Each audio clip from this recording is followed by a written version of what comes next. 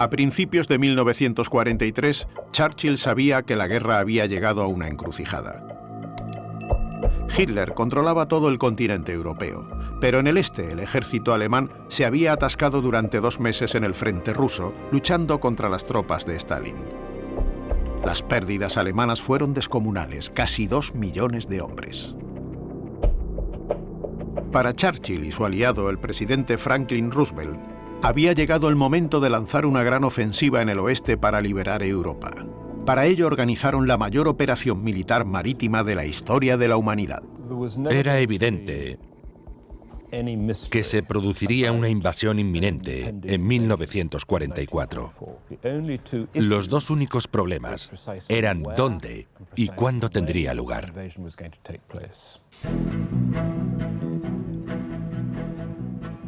Un desembarco, sin duda. ¿Pero dónde?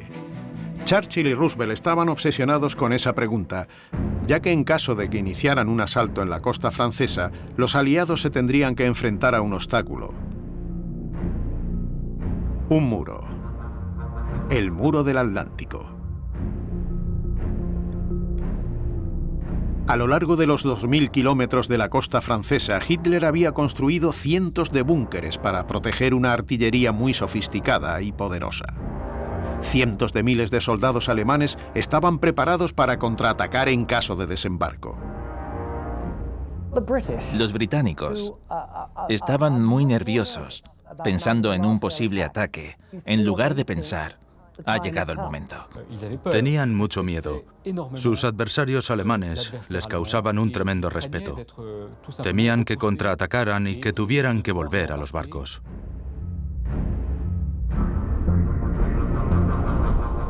La idea de un ataque frontal contra lo que era en ese momento el ejército más poderoso del mundo resultaba suicida. Se trataba del envío de unas 170.000 tropas a playas abiertas y muy bien defendidas. Era una de las apuestas más extraordinarias de la historia. Por lo tanto, el riesgo era enorme.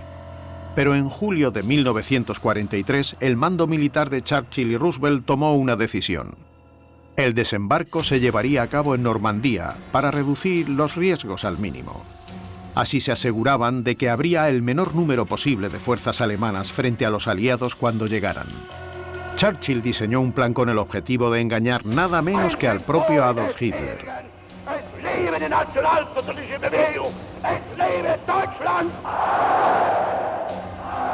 Quería que el Führer creyera que estaban preparando un desembarco, pero que sucedería en cualquier lugar menos en Normandía. Era esencial que existiera ese factor sorpresa para pillarlos desprevenidos. En parte, el engaño estratégico es el resultado de la personalidad británica, de su actitud ante la vida.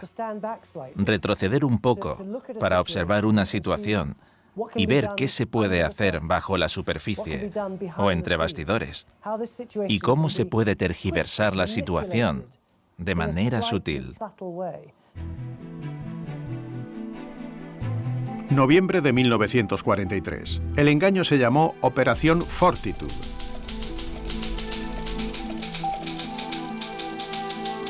Desde este búnker, el primer ministro encargó una misión a la London Controlling Section, una organización ultrasecreta. Esta es la única fotografía que se conoce de la unidad, cuya existencia se reveló en 1969. El hombre que estaba al mando se llamaba John Bevan. Era uno de los hombres de confianza de Churchill. Su plan consistía en convencer a Hitler de que el desembarco ocurriría en el paso de Calais, para que los alemanes concentraran a todas sus tropas allí. Para que la mentira funcionara, el equipo de Bevan ideó una estrategia brillante pero descabellada. Se creó una unidad enorme, espectacular y totalmente imaginaria. Estaban preparados, esperando el momento de atacar el paso de Calais. Para crear un ejército ficticio, pensaron en fabricar aviones, camiones, armas, tanques, todo falso y colocarlo de manera llamativa en la región de Kent, en el sudeste de Inglaterra, justo enfrente del paso de Calais.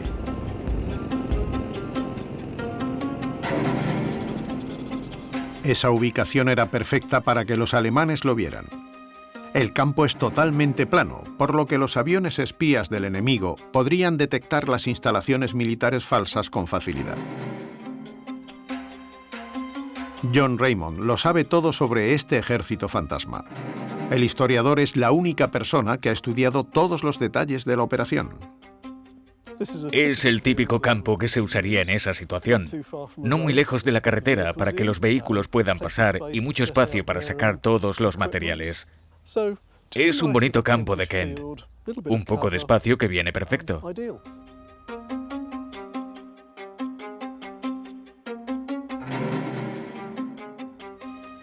Tuvieron que recrear todo lo que un ejército de verdad necesita, aunque en realidad todo fuera un espejismo. Pero el trabajo era complejo. Era noviembre de 1943 y el desembarco estaba planeado en menos de 6 meses.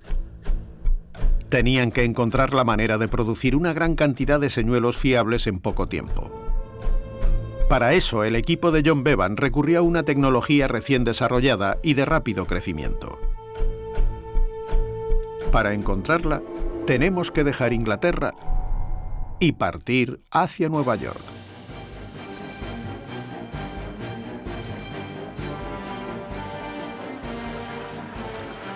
Cada año, en el Día de Acción de Gracias, los grandes almacenes Macy's organizan un desfile espectacular en la Quinta Avenida con enormes globos de personajes famosos. Millones de neoyorquinos vienen a ver el espectáculo. Estos personajes fueron los que inspiraron al equipo de John Bevan. Estaban hechos de un material revolucionario, caucho sintético, muy resistente pero ligero a la vez. Justo lo que el equipo de Bevan necesitaba para construir su ejército falso. Contactaron con algunas empresas estadounidenses para producir los señuelos, y la empresa Goodyear se unió al proyecto. La producción empezó en febrero de 1944. Unas semanas después, los primeros elementos del ejército ficticio se enviaron a Kent, Inglaterra. Allí los equipos encargados de crear el espejismo los inflaron. Su tarea era crear la impresión de algo parecido a 40 divisiones en Kent. Y si lo multiplicas, significa que habría casi 1 millón de hombres. El resultado fue asombroso. En tan solo unos minutos, los equipos de camuflaje consiguieron inflar un tanque estadounidense. Parecía de verdad, con una torreta, una cadena y una ametralladora. El espejismo era perfecto, y los soldados lo podían mover con mucha facilidad.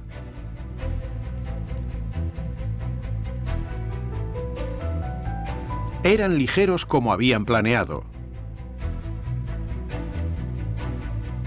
y muy resistentes. A veces tenían que moverlos durante el día. Y oí que un día un granjero estaba en la frontera de ese campo y vio a 4 soldados transportando un tanque Sherman. Lo que pensó no está registrado, pero tal vez fue algo como: madre mía, los militares son tan fuertes que pueden levantar un tanque. Los equipos se preocuparon por cada pequeño detalle. Hasta crearon huellas reales como estas detrás de las filas de los tanques de caucho. Pero el equipo de Bevan también pidió cientos de lanchas de desembarco falsas que colocaron por toda la costa de Kent y en los ríos de la región. El escenario estaba listo. Parecía que un gran ejército estaba listo para cruzar el canal hacia Calais. Hasta tenía su propio nombre: FUSAG, o Primer Grupo del Ejército de Estados Unidos. Pero para hacerlo completamente creíble, necesitaba algo más: un líder. El jefe de Fortitude, John Bevan, pidió que nombraran a un comandante de verdad para que liderara este ejército fantasma. Y eligió al más famoso de todos, el general Patton, el estadounidense al que más temían los alemanes. Lo admiraban. Pensaban que era un gran general. Era agresivo y un estratega excelente. Era un oficial que les habría gustado tener en su propio ejército.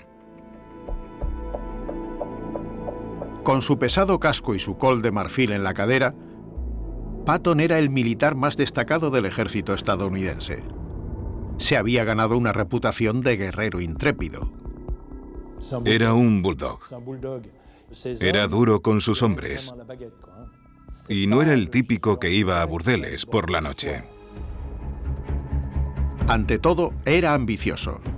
La campaña de África del Norte, el desembarco en Sicilia, desde que empezó la guerra dirigió una serie de bombardeos espectaculares contra los alemanes. Bevan se aprovechaba de un aspecto específico de su personalidad. A Patton le encantaba ser el centro de atención y estar frente a la cámara. No pasaba desapercibido, así que Bevan organizó unas visitas de inspección en Kent para convencer aún más a los alemanes de la existencia del ejército fantasma. Patton desempeñó muy bien su papel. Estaban sacándole fotos a Patton en el sudeste de Inglaterra.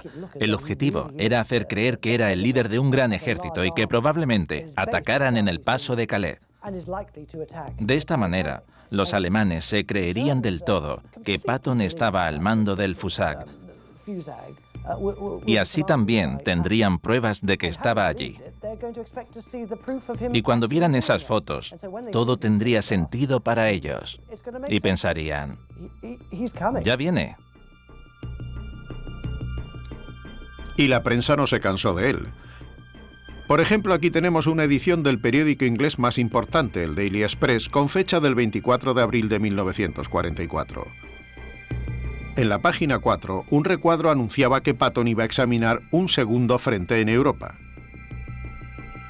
Ese era el tipo de información que Bevan quería, porque sabía que los alemanes que leían la prensa llegarían a la conclusión de que un general de su calibre tenía que estar al mando de un gran ejército.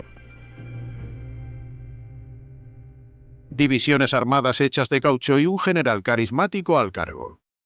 Para los alemanes todo apuntaba hacia un desembarco en el paso de Calais. ¿Pero cuánto tiempo tardarían en darse cuenta?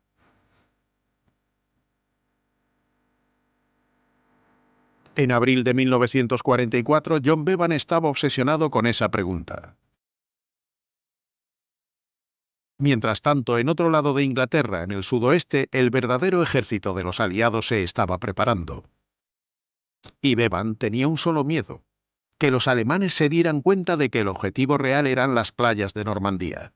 Para evitar ese riesgo quería que los alemanes tuvieran toda su atención en el ejército fantasma y, sobre todo, quería que estuvieran obsesionados con un desembarco en el paso de Calais. Bevan creía que tenía al hombre perfecto para eso.